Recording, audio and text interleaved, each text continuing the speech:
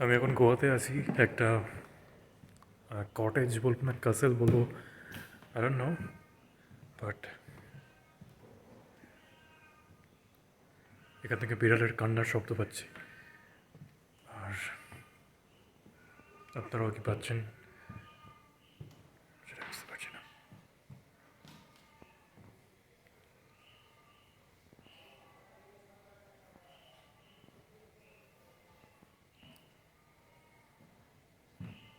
আমি এই মুহূর্তে আপনাদেরকে জায়গাটাকে ঘুরিয়ে দেখানোর চেষ্টা করছি। আমি শিওরলি বলছি, আমার কাছে খুব দামি ফোন নেই, বা থাকলেও এত সুন্দর জায়গাটা আমি কীভাবে দেখাতে পারতাম আমি জানি না। যদি সামনে আসতেন তাহলে বুঝতে পারতেন এত সুন্দর জায়গাটা। আজ থেকে 400 বছর পুরনো পর্তুগিজদের বানানো কাসেল এটা। এখানকার লোকাল লোকেদের মুখে শোনা কথাগুলো। আর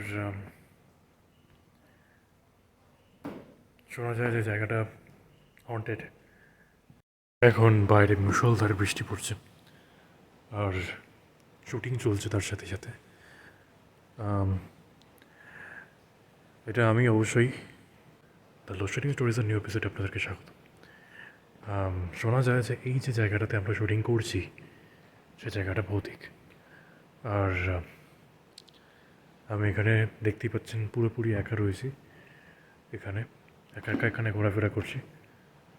এখনও পর্যন্ত কোনো এক্সপিরিয়েন্স আমার সাথে ঘটেনি, মিথ্যা বলবো না। তবে এই গোয়াতে আসার আগে অনেক রকমের এক্সপিরিয়েন্স ঘটেছে, মানে অনেক গল্প আমি শুনেছি।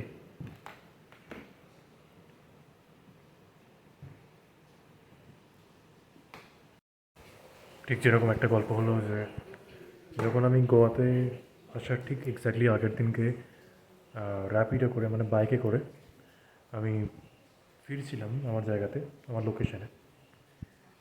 একজন ড্রাইভারের সাথে আমার কথা হচ্ছিল। কথা বলতে বলতে সে বলল যে তার জীবনেও বেশ কিছু ভৌতিক ঘটনা ঘটেছিল, তার মধ্যে সবথেকে বেশি ভয়ঙ্কর যে ঘটনাটা সেটা হচ্ছে যে উনি উনি একদিন ওনার কাছে একটা কল আসে যে ওনাকে মানে কেউ কাউকে ড্রাইভ করে দিতে হবে, একটা জায়গাতে পৌঁছে দিতে হবে। তো যখন সে লোকেশানে পৌঁছয় দেখতে পায় যে একটা ঘন জঙ্গল ওখানে, আর কিচ্ছু নেই, ঘন জঙ্গল টাইপের জায়গা, এবং কিছু দেখতেও পাচ্ছে না সামনে। তো সে তাকে ফোন করে বলে যে আপনি কোথায় দাঁড়িয়ে আছেন আমি বুঝতে পারছি না, আপনি প্লিজ বলুন যে আমি কোথায় যাব, এখানে তো পুরো ঘন জঙ্গল দেখতে পাচ্ছি। তখন উনি বললেন যে হ্যাঁ, জঙ্গলের ভেতরেই আসতে হবে। তো কিছু দূর যাওয়ার পর উনি দেখতে পায় যে জঙ্গলের ওখান থেকে একটা হোয়াইট কালারের অবয়ব দেখতে পাচ্ছে, এবং সেটা অতিকায় লম্বা। আর সেটা দেখার পর সে ওখান থেকে তড়িঘড়ি করে ব্যাক করে বাইকটা নিয়ে, এবং ক্যান্সেল করে দেয়। তো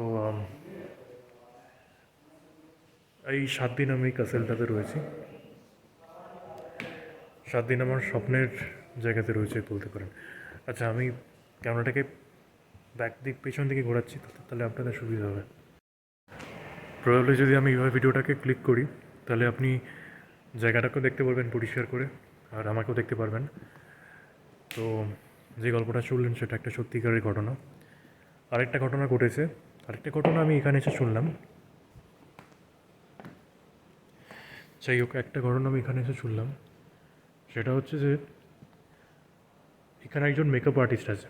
মানে মেকআপ আর্টিস্ট সবার আমাদের আর্টিস্টদেরকে মেকআপ করে দিচ্ছে, হেয়ার স্টাইল করে দিচ্ছে। আচ্ছা দেখুন, এই যে ড্রেসেসগুলো রয়েছে সেই ড্রেসেসগুলো ইউরোপিয়ান এম্পায়াররা পরতো।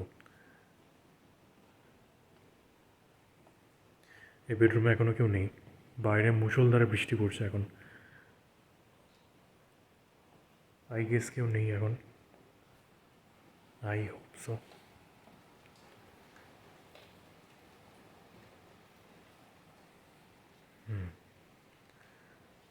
এই দেখুন, এটা আমি, ইয়াস, অ্যাজ ইউজুয়াল। অ্যাকচুয়ালি এটা এখানে একটা ভূতের সিনেমার শুটিং হচ্ছে। ভূতের সিনেমার শুটিং হচ্ছে। আর এখানে আমরা সেই কলেজ স্টুডেন্টস যারা ভূতে বিশ্বাস করে না গল্পের স্টোরি অনুযায়ী, আর খুব পড়ি এটা হচ্ছে ক্যাবিনেট বলতে পারেন। আর সেই সময়কার পর্তুগিজ এম্পায়াররা এখানে দরজা মানে লাইক হ্যাঙ্গারে জিনিসপত্র টাঙাতো। বেসিক্যালি আমি এখন গোয়াতে রয়েছি, গোয়াতে একখানা ভিলাতে বলতে পারেন, কাসেলে বলতে পারেন, যেটা বলবেন সুবিধা সেটাই বোধহয় ভালো। তো ওই ভিলাতে এটা হচ্ছে প্রায় 400 মানে 400 বছর পুরনো একটা পর্তুগিজ এম্পায়ার, এরকম জায়গাতে ওরা থাকতো। ও আই লাভ ইট। তো এনিওয়ে, এবার যেটা হয় সিস্টেমটা সেটা হচ্ছে যে, তো ওই মেকআপ আর্টিস্ট যেখানে ছিলাম, যে কথাটা যে আলোচনায় ছিলাম, তো ওই মেকআপ আর্টিস্ট আমাদেরকে স্টোরি শোনায় রাত্রিবেলা। এই যে বেঞ্চটা দেখতে পাচ্ছেন, এই বেঞ্চটা, এই যে এই টেবিলটার এখানে বসে আমাদের গল্প শোনায় যে যখন তার 10-15 বছর বয়স, 10-12 বছর বয়স ছিল, তখন তাকে একবার ভূতে ধরেছিল। মানে খোলা চুলে বোধহয় কোথাও একটা গিয়েছিল বা কিছু একটা করেছিল, তাকে নাকি ভূতে ধরেছিল, এবং সেটা কোনো পণ্ডিতের ভূত হবে। তারপর নাকি অদ্ভুত রকমের বিহেভ করতো, যে 12তলা বিল্ডিং থেকে নাকি সে লাফ দিয়ে মাটিতে পড়তো, তাও তার কিছু হতো না। তারপর এরকম অনেক ধরনের স্টোরি, অনেক ঘটনা আমাদের সাথে ঘটে। তারপর নাকি বালাজি মন্দির আমি এখানে শুনলাম এমন একটা মন্দির যেখানে নাকি যাদের শরীরে ভূত আছে বা কোনো নেগেটিভ এনার্জি আছে, সে অন্যরকমের বিহেভ করা শুরু করে দেয়। আমি এখন এই ক্লাসেলে একা একা ঘুরে বেড়াচ্ছি, কিসে পা আটকালো। তো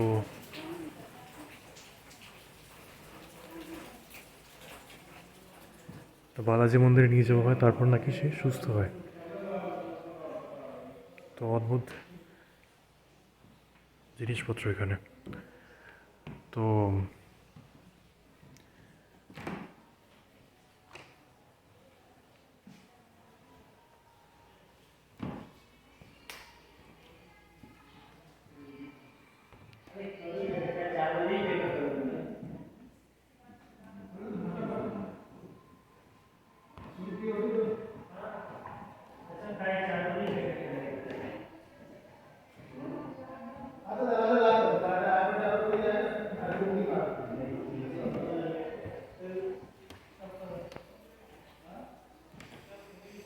ওখানে বেশ কিছু লোক রয়েছে যারা শুটিং করছে, শুটিং ফ্লোর রয়েছে ওখানে, যার জন্য বেশি কথা বললাম না।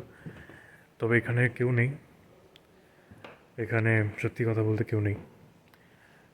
আচ্ছা, কিছুক্ষণের জন্য মনে করুন যে আপনি একজন পর্তুগিজ এম্পায়ার, এত সুন্দর একটা জায়গা আপনি আপনার এবং আপনার ফ্যামিলির জন্য বানিয়েছেন। দেখতেই পাচ্ছেন বৃষ্টি পড়ছে ভালোই জোরে, অন্ধকার বলে কীরকম। এখানটাও কেউ নেই এখন, এখানে খেতে দেওয়া।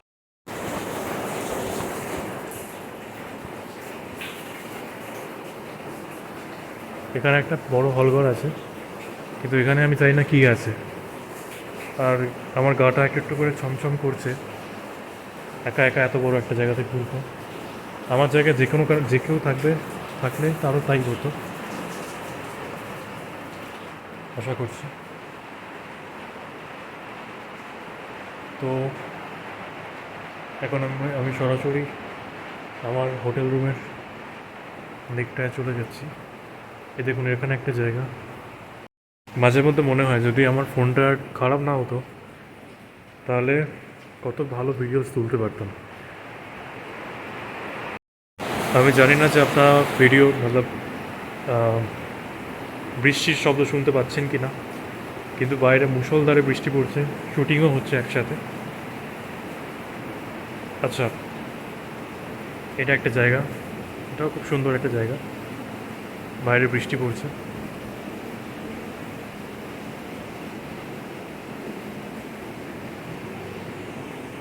এটা হচ্ছে আমাদের রুম।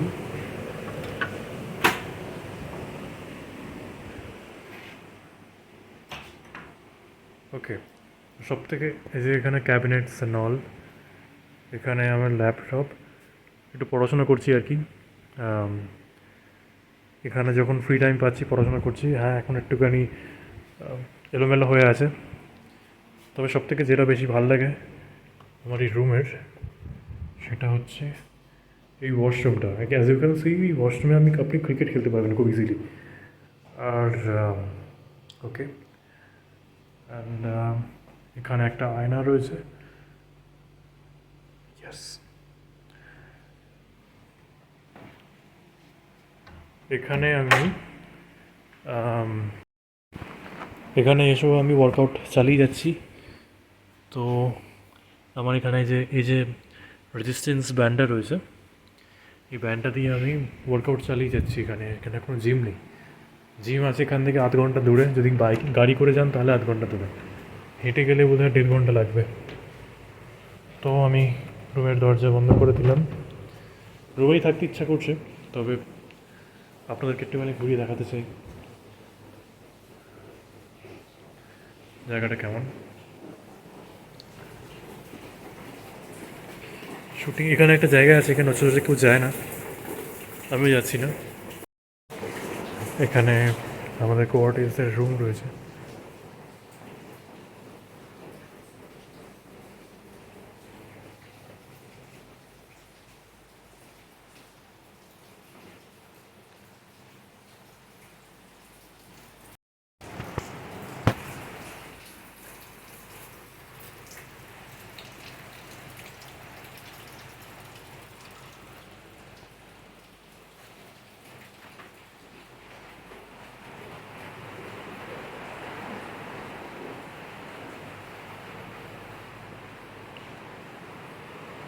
রাত 2টোর সময় এক্সপেক্ট করাটাই ভুল যে আমি ছাড়া এখানে অন্য কেউ থাকবে।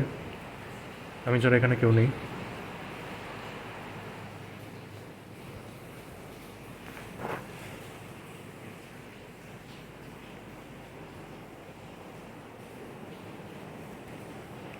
তবে সব থেকে যে জিনিসটা আমার দেখুন, যে জায়গাটাতে আমি গেলাম না সেটা এখান থেকে দেখতে পারবেন রামবাবু। বাইরে মুষলধারে বৃষ্টি পড়ছে এখন। তবে সব থেকে ভালো জিনিস যেটা আমার লাগে এখানে না, প্রচুর আয়না রয়েছে। মানে আয়না আমার খুব ভালো লাগে সত্যি কথা বলতে। এখানে প্রচুর আয়না রয়েছে, আপনি চাইলে এখানে শুয়ে পড়তে পারবেন, এত বড় বড় এখানে সোফা। আর আমি আসলে আপনাদেরকে দেখাচ্ছি এগুলো, যাতে হতে পারে যে এখানে চলতে চলতে ভূতের দেখা পেয়ে গেলাম।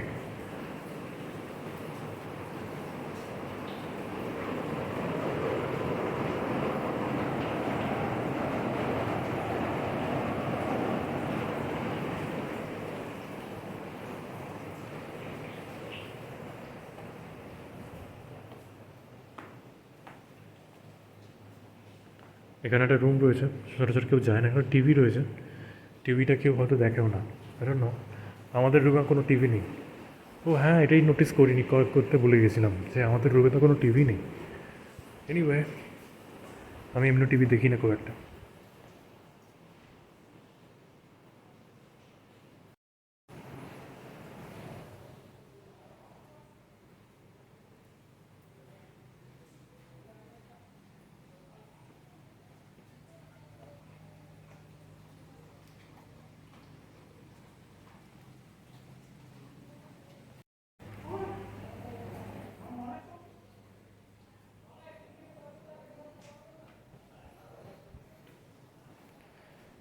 আমি এক্স্যাক্টলি জানি না যে কত রাত অব্দি শুটিং চলবে। আর এখানে একটা জিনিস একটু অসুবিধা হয়, নেটওয়ার্ক নেই, নেটওয়ার্ক থাকে না বলতে পারেন। তো এখন আমি চলুন আপনাদের সাথে হোটেল রুমটায় চলে যাই। আম, এখন ভালো লাগছে না আর, অনেকটা রাস্তা হাঁটাহাঁটি করতে। তো মোটামুটি একটা আইডিয়া আপনাদের হয়ে গেছে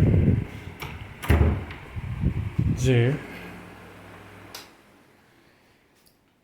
কেমন আমি এখানে যেখানে রয়েছি সেটা জায়গাটা কেমন।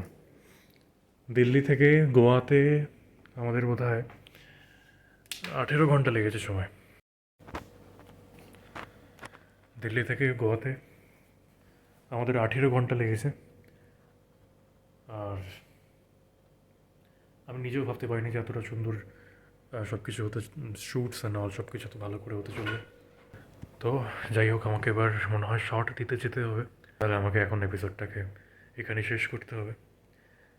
আপনাদেরকে আমি দেখালাম যে আম, আমি যেখানে রয়েছি সেটা কত সুন্দর একটা জায়গা, একটা কত ভালো একটা জায়গা যেখানে আমি শুটিং করছি, এবং স্বপ্নের মতন ফিল হচ্ছে। আমি বড় বড় এরকম একটা জায়গাতে থাকতে চেয়েছিলাম, এরকম একটা জায়গাতে আমি ম্যানিফেস্ট করতে চেয়েছিলাম, মানে ম্যানিফেস্ট করছিলাম বরাবর। আর আজকে ভাগ্যক্রমে এখানেই, দিল্লি, কলকাতা থেকে দিল্লি, দিল্লি থেকে গোয়া, গোয়ার পরে মুম্বাই যাব আমি, মানে এখান থেকে ডিরেক্টলি আমি মুম্বাইতে যাব। আর ওখানে গিয়ে কিছু শ্যুট রয়েছে। আমার ফোনেরও ব্যাটারি অলমোস্ট শেষ হয়ে মানে বন্ধ হয়ে যাবে এক্ষুনি। তো যাই হোক, আজকের এপিসোডটা এই পর্যন্তই। দেখা হচ্ছে আপনাদের সাথে পরের এপিসোডে। কিন্তু এপিসোডটা শেষ করার আগে প্লিজ চ্যানেলটা সাবস্ক্রাইব করে দেবেন, এবং যদি চ্যানেলটা মানে ভিডিওটা ভালো লেগে থাকে তাহলে লাইক অবশ্যই করবেন, তার যাতে এই ভিডিওটা অনেকের কাছে পৌঁছে যায় অর্গ্যানিক্যালি। আর আমার একটু হয়তো উপকার হবে। আপনাদেরকে অনেক অনেক ধন্যবাদ 1000 সাবস্ক্রাইবার করে দেওয়ার জন্য। আমি চেষ্টা করব যে আমার বিজি শিডিউলে আপনাদের জন্য ভিডিও যাতে আনতে থাকি। তো আজকের এপিসোডটা এই পর্যন্তই। দেখা হচ্ছে আপনাদের সাথে পরের এপিসোডে। বাই। আমি আপনাদের জন্য আলাদা করে সকালে জায়গাটা কীরকম দেখতে লাগে সেটা দেখানোর জন্য আপনাদেরকে এখানে নিয়ে এলাম। বাইরে এখনও খুব বেশ জোরে বৃষ্টি পড়ছে।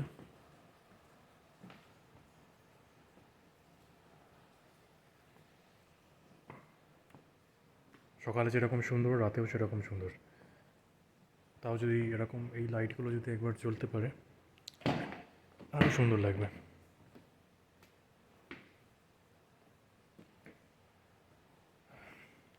কালকে এই কাসেলে আমার শেষ দিন।